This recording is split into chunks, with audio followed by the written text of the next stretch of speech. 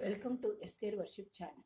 మరొక వీడియో ద్వారా మిమ్మల్ని కలుసుకోవడానికి దేవుడిచ్చిన కృపను బట్టి, దేవుడిచ్చిన ఆయుష్ని బట్టి, జీవమును బట్టి, ఊపిరిని బట్టి, ఆరోగ్యమును బట్టి ఆయనకి స్తుతులు, స్తోత్రాలు, వందనాలు చెల్లిస్తున్నాను. మరొకసారి మిమ్మల్ని కలుసుకున్నందుకు మీకు అందరికీ నా వందనాలు తెలియజేస్తున్నాను. నన్ను ప్రోత్సహిస్తూ, బలపరుస్తూ, ఆదరిస్తూ నడిపిస్తున్నారు మీకు మరొకసారి నా వందనాలు తెలియజేస్తున్నాను. ఈరోజు మరొక వాక్యం ద్వారా దేవుడు మనతో మాట్లాడినాడు. God's word and comments. దేవుని వాక్యము ఆజ్ఞలు అనుకోవచ్చు, ఆయన మార్గం అనుకోవచ్చు. కీర్తనలు 119:3 చూసుకుంటే, వారు ఆయన మార్గములలో నడుచుకొనుచు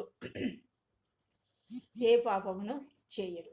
చిన్న ప్రార్థన చేసుకుందాం. అత్యంత మహాపరిశుద్ధులను, ప్రేమమైన, కృపమైన, దయామయుడైన ప్రభువా, మీ అపరంజి పాదములకు లెక్కలేని స్థితిలో స్తోత్రాలు, వందనాలు చెల్లించుకుంటూ ఉదయకాలశాలు మీకు పాసనకు వచ్చినానైనా ఈ వాక్యం వివరించడానికి నాకు జ్ఞానం సరిపోదు నా ప్రభా. మీరు మీ ఆత్మ నడిపింపు దయచేసి నాతో మాట్లాడి, నా ద్వారా వినుతున్న వారితో మాట్లాడి, మమ్మల్ని అందరినీ విశ్వాస జీవితంలో మీ మార్గంలో ఎలా నడవాలనో మాకు నేర్పించి మహింపనుమని మీ ప్రియకుమారుడు రక్షకుడైన యేసుక్రీస్తు వారికి నీ పాదాలు పట్టుకుని అతిమిక్లీనంగా వేడుకొచ్చినాం తండ్రి, ఆమేన్. కీర్తన 119:3 వారు ఆయన మార్గంలో నడుచుకోవచ్చు, ఏ పాపమును చేయరు. ఏమంటే ఆయన మార్గం ఏంటి, ఆయన మార్గంలో మనం ఎలా నడుచుకోవాలి, మనం ఆయన మార్గంలో నడుస్తున్నామా అని మనం ప్రశ్నించుకోవాల్సిన వారమై ఉన్నాం. కీర్తనను 1వ కీర్తన చూసుకుంటే, ఇదే కీర్తన 119:1 చూసుకుంటే, యెహోవా ధర్మశాస్త్రం అనుసరించి నిర్దోషముగా నడుచుకొని వారు ధన్యులు. యెహోవా ధర్మశాస్త్రమును అనుసరించి నిర్దోషంగా, ఎటువంటి దోషం లేకుండా నడుచుకునే వారు ధన్యులు.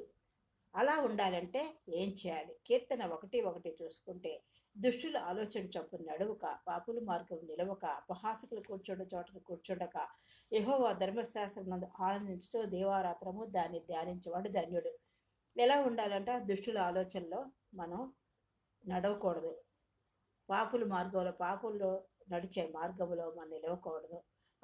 అపహాసకులు, ఎగతాళి చేసేవారు, విపరీతమైన వేళాకోళాలు, ఆశయాలు ఆడేవాళ్ళ చోట వాళ్ళు కూర్చుండే చోటను మనం కూర్చుండకూడదు.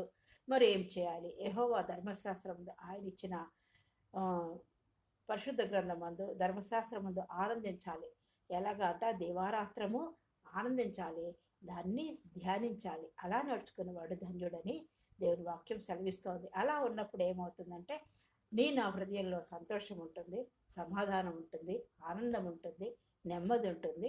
ఎటువంటి భయము మనకి ఉండదు, ఎటువంటి చింత కూడా మనకి ఉండదు. ఎందుకంటే మనం ఆయన మార్గంలో నడుస్తున్నాము, దేవుడు మనకున్నాడు, తోడున్నాడు, ఆయన నడిపిస్తాడని ఒక ధైర్యము. కీర్తన 119:6 చూసుకుంటే, 6వ నీ ఆజ్ఞలన్నిటినీ నేను లక్ష్యము చేయనప్పుడు నాకు అవమానము కలగనేరదు.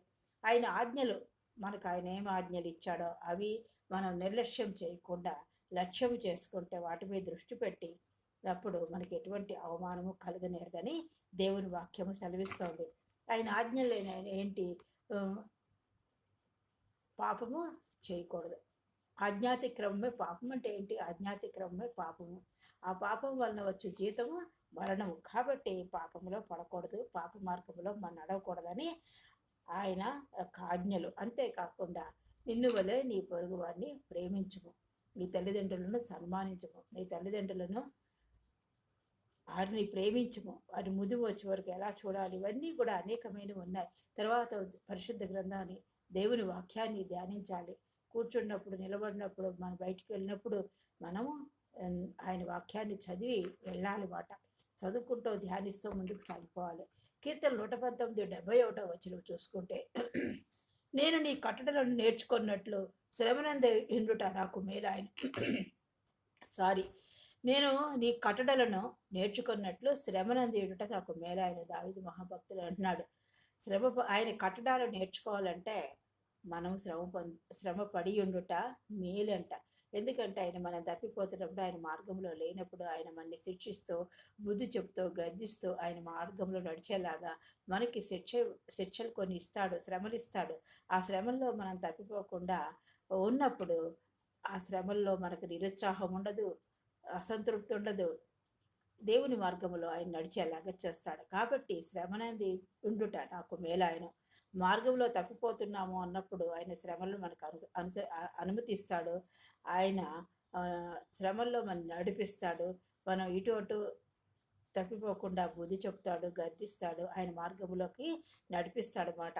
ఆ శ్రమలలో మనం నిరుత్సాహపడకూడదు, అసంతృప్తి పడకూడదు. నేను ఇంతగా ప్రార్థన చేసుకున్నాను, ఇంతగా దేవుడి వాక్యం చదువుతున్నాను, ఎందుకు నాకే ఈ శ్రమ అని మనం అనుకోకుండా ఆ శ్రమలో కూడా ఆయన వైపు చూసి ఆయన స్తుతించి ఆరాధించినప్పుడు మనము ఆయన మనము నిరుత్సాహంలో ఉండము. ఆ శ్రమల ద్వారా మనం మేళ్ళు పట్టుకుంటాం. అయితే మనం పరీక్షించుకుందాం. దేవుని మార్గంలో ఉన్నామా? మనము లోకములో నడుస్తున్నామా? ఆయన ఆజ్ఞలకు లోబడుచున్నామా? మరి దేవుని వాక్యం చదువుతున్నామా? మన వ్యక్తిగతంగా కుటుంబంగా ప్రార్థన చేసుకుంటున్నామా? దేవుని వాక్యంలో ప్రార్థిస్తూ ధ్యానిస్తూ ముందుకు వెళుతున్నామా? లేకపోతే ఆదివారం ఒక్కరోజే మనం పరిశుద్ధ గ్రంథాన్ని తీసుకొని మరి చర్చిలో చెప్పేవే వింటున్నామా? మరి నీ వ్యక్తిగత జీవితంలో దేవుని మార్గంలో అంటే వాక్య ధ్యానంలో నీవు ఉన్నావా? నన్ను నేను పరీక్షించుకోవాల్సిన వారమై ఉన్నాం. లోకంలో నడుస్తున్నామా? ఏదో కొద్దిసేపు చదివేసి లోకాశల్లో లోకమైన విషయాల్లో మనం ఆసక్తి కలిగి ముందుకు సాగిపోతున్నామా? లోకమంతా పాపంతో నిండి ఉంది.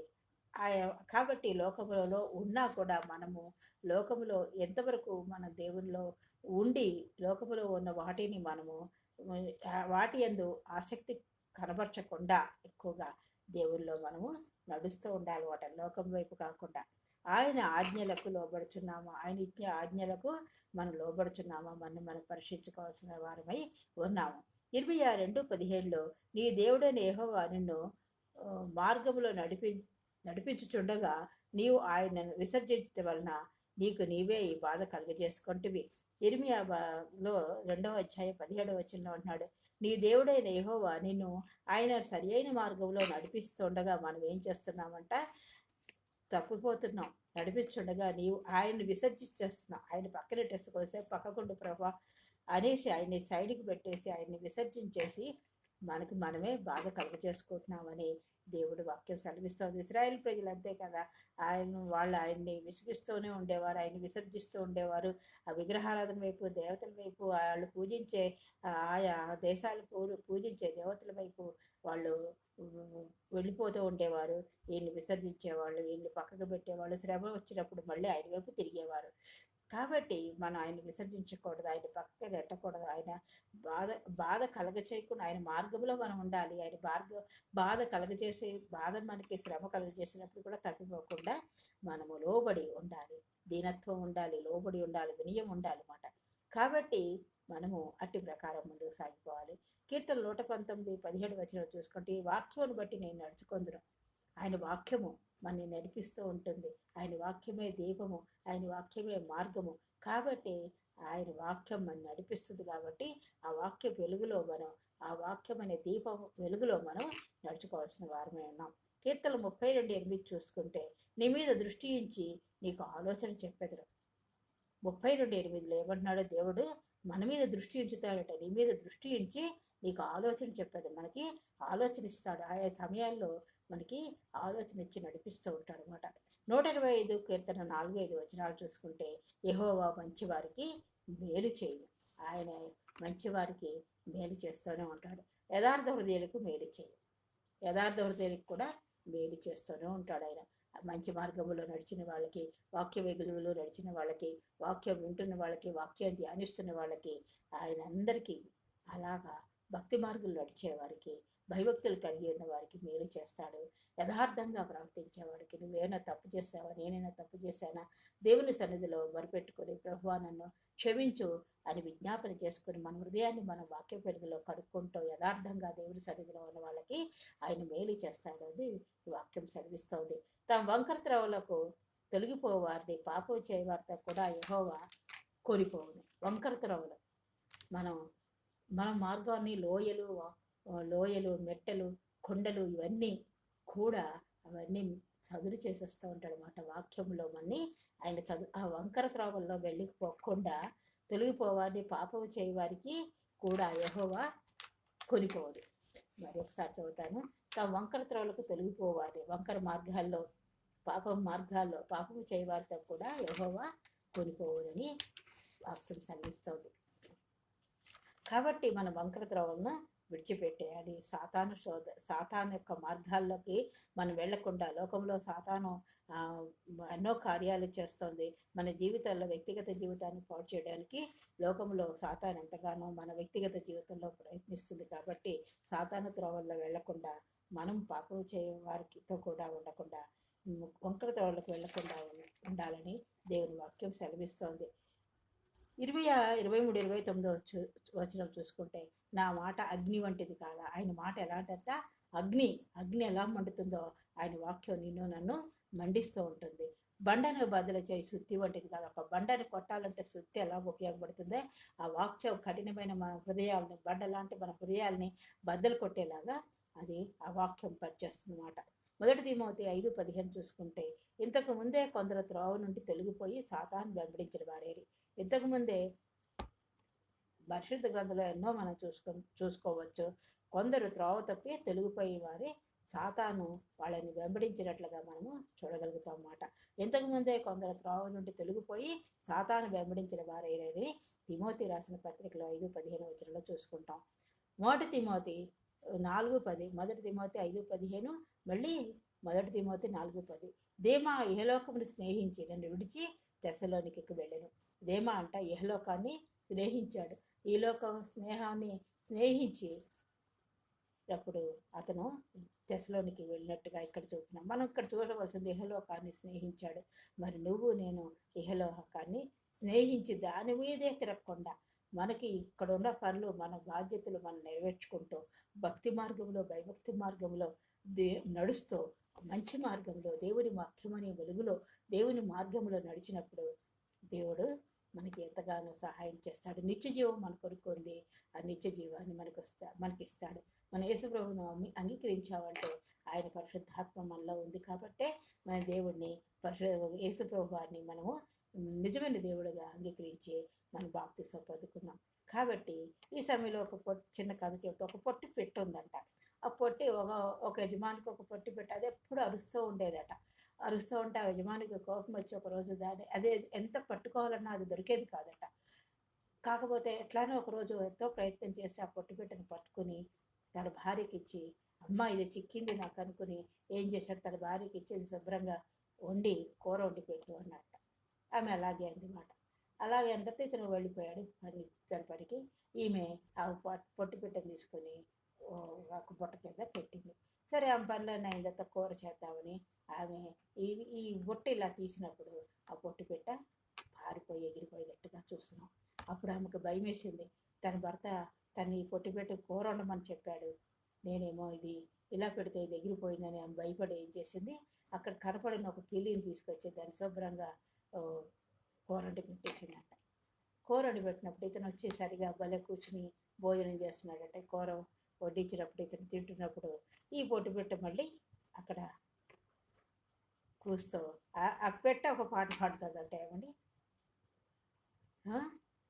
పొట్టి పెట్ట నా కూర కాదు పిల్లి కూర తింటున్నావు, నా కూర కాదు పిల్లి కూర తింటున్నావు అని పాడుతోందంట. ఇతనప్పుడు చూసి ఆ పొట్టిపీట ఎగిరిపోయిందని గ్రహించాడు. కానీ ఇక్కడ మనం గ్రహించవలసింది ఏమిటంటే, ఆ పొట్టిపీట తను తప్పించుకునే మార్గంలో ఉంది. మన దేవుని నుండి తప్పించుకునే మార్గంలో ఉన్నామా? మరి పొట్టిపీటలాగా తన జీవాన్ని కాపాడుకుంటోంది, తన ప్రాణాన్ని కాపాడుకుని పారిపోయింది. మన ఈ పాపం అనే లోకంలో, వంకర మార్గం అనే లోకంలో, వంకర మార్గం, లోయలు అవన్నీ ఉన్న మార్గంలో కాకుండా సాతాను మార్గమును తప్పించుకునే వారంగా ఉన్నామా? వంకర మార్గమును, లోక మార్గమును, సాతాను మార్గాలను విడిపించుకుని మనము మరి నిత్య జీవం కోసం మనము దేవుని వాక్యాన్ని చదువుతూ, పరిశుద్ధ గ్రంథాన్ని చదువుతూ, దివారాత్రము ధ్యానిస్తూ, ప్రార్థించుకుంటూ మనం ఈ లోకమైన ఈ మార్గాలు విడిచిపెట్టి, సాతాను మార్గాలు విడిచిపెట్టి మరి పొట్టిబిడ్డలాగా జ్ఞానం కలిగి ఎలాగ తన ప్రాణాన్ని రక్షించుకుందో, మనము ఈ లోక సంబంధమైన మరణం ఎప్పుడైనా మరణిస్తాము. మన నిత్య జీవం, ఆత్మ యొక్క నిత్య జీవాన్ని మనం కాపాడుకోగలుగుతున్నామా? నిత్య జీవం మన కొరకు ఉంది కాబట్టి ఆ నిత్య జీవానికి మనము ప్రయాసపడుతున్నామా? ఈ మధ్యాహ్న కాలంలో మనల్ని మనం పరీక్షించుకుంటూ మరి ముందుకు సాగిపోవాలని కోరుతూ, మంచి మార్గంలో, దేవుని మార్గంలో మనం సాగిపోవాలని మనందరం విశ్వాస మార్గంలో, దేవుని మార్గంలో సాగిపోయి వాక్య ధ్యానంలో మరి ఆయన ఆజ్ఞలు పాటించడంలో సాగిపోతూ మన విశ్వాస జీవితాన్ని కాపాడుకుంటూ నిత్య జీవం పొందుకోవాలని కోరుతూ ఈ వాక్యాన్ని నేను ముగిస్తాను. దేవుడు మిమ్మల్ని అందరినీ దీవించుగాక. చిన్న ప్రార్థన చేసుకున్నాం. అత్యంత మహాపరిశుద్ధుడైన ప్రేమమైన కృపామైన దయామేడమైన ప్రభా, మీ అపరంజి పాదములకు లెక్కలేని స్థుతులు స్తోత్రాలు వందనాలు చెల్లించుకుంటూ మరొకసారి నీ పాద సన్నిధానికి వచ్చిన ఆయన నీ వాక్యం వివరించడానికి నాకు జ్ఞానం సరిపోదునైనా, అయినప్పటికీ మీ వాక్యం మీ ఆత్మ నడిపింపు నాకు దయచేసి నీ వాక్యాన్ని మాకు విడిచి పంచిపెట్టి నాయన, మరి నా తండ్రి మేము ఎలా వాక్యాన్ని ధ్యానించాలో, నీ ఆజ్ఞల్లో ఎలా ఉండాలో, ఏ మార్గంలో ఉండాలో మాకు బోధించి నాయన, మరి మీరు విశ్వాస జీవితంలో మేము ఎలా ఎదగాలో మాకు బోధించినందుకు మీకే వందనాలు స్తోత్రాలు చెల్లించుకుంటూ నాయన మమ్మల్ని ఇంకనూ బలపరిచి మా జీవితకాల పర్యంతము నాయన నీ వాక్య ధ్యానంలో నా ప్రభ నీకు లోబడి దీన మనసు కలిగి వినయం కలిగి మంచి మార్గంలో వాక్య ధ్యానంలో వాక్య మార్గంలో నడిచేవారుగా మమ్మల్ని సిద్ధపరిచి మహింపదమని మీ ప్రియకుమారుడు మా రక్షకుడైన యేసుక్రీస్తు వారికి నీ పాదాలు పట్టుకుని అతిమిక్కిలేనంగా ఎడుకొచ్చినాం తండ్రి. ఆమేన్. నన్ను ప్రోత్సహిస్తూ బలపరుస్తూ ఆదరిస్తున్నందుకు వందనాలు. మరొకసారి మీకు విజ్ఞప్తి చేస్తున్నారు. మరి మీరు వీడియో చూస్తున్నారు, లైక్ చేస్తున్నారు, మరి షేర్ చేస్తున్నారు, మరి నా సబ్స్క్రైబ్ చేసుకోవాలని కోరుతూ నన్ను బలపరచాలని కోరుతూ మీ అందరికీ మరొకసారి వందనాలు చెల్లిస్తూ ఈ వాక్యాన్ని ముగిస్తున్నాను. దేవుడు మిమ్మల్ని దీవించుగాక.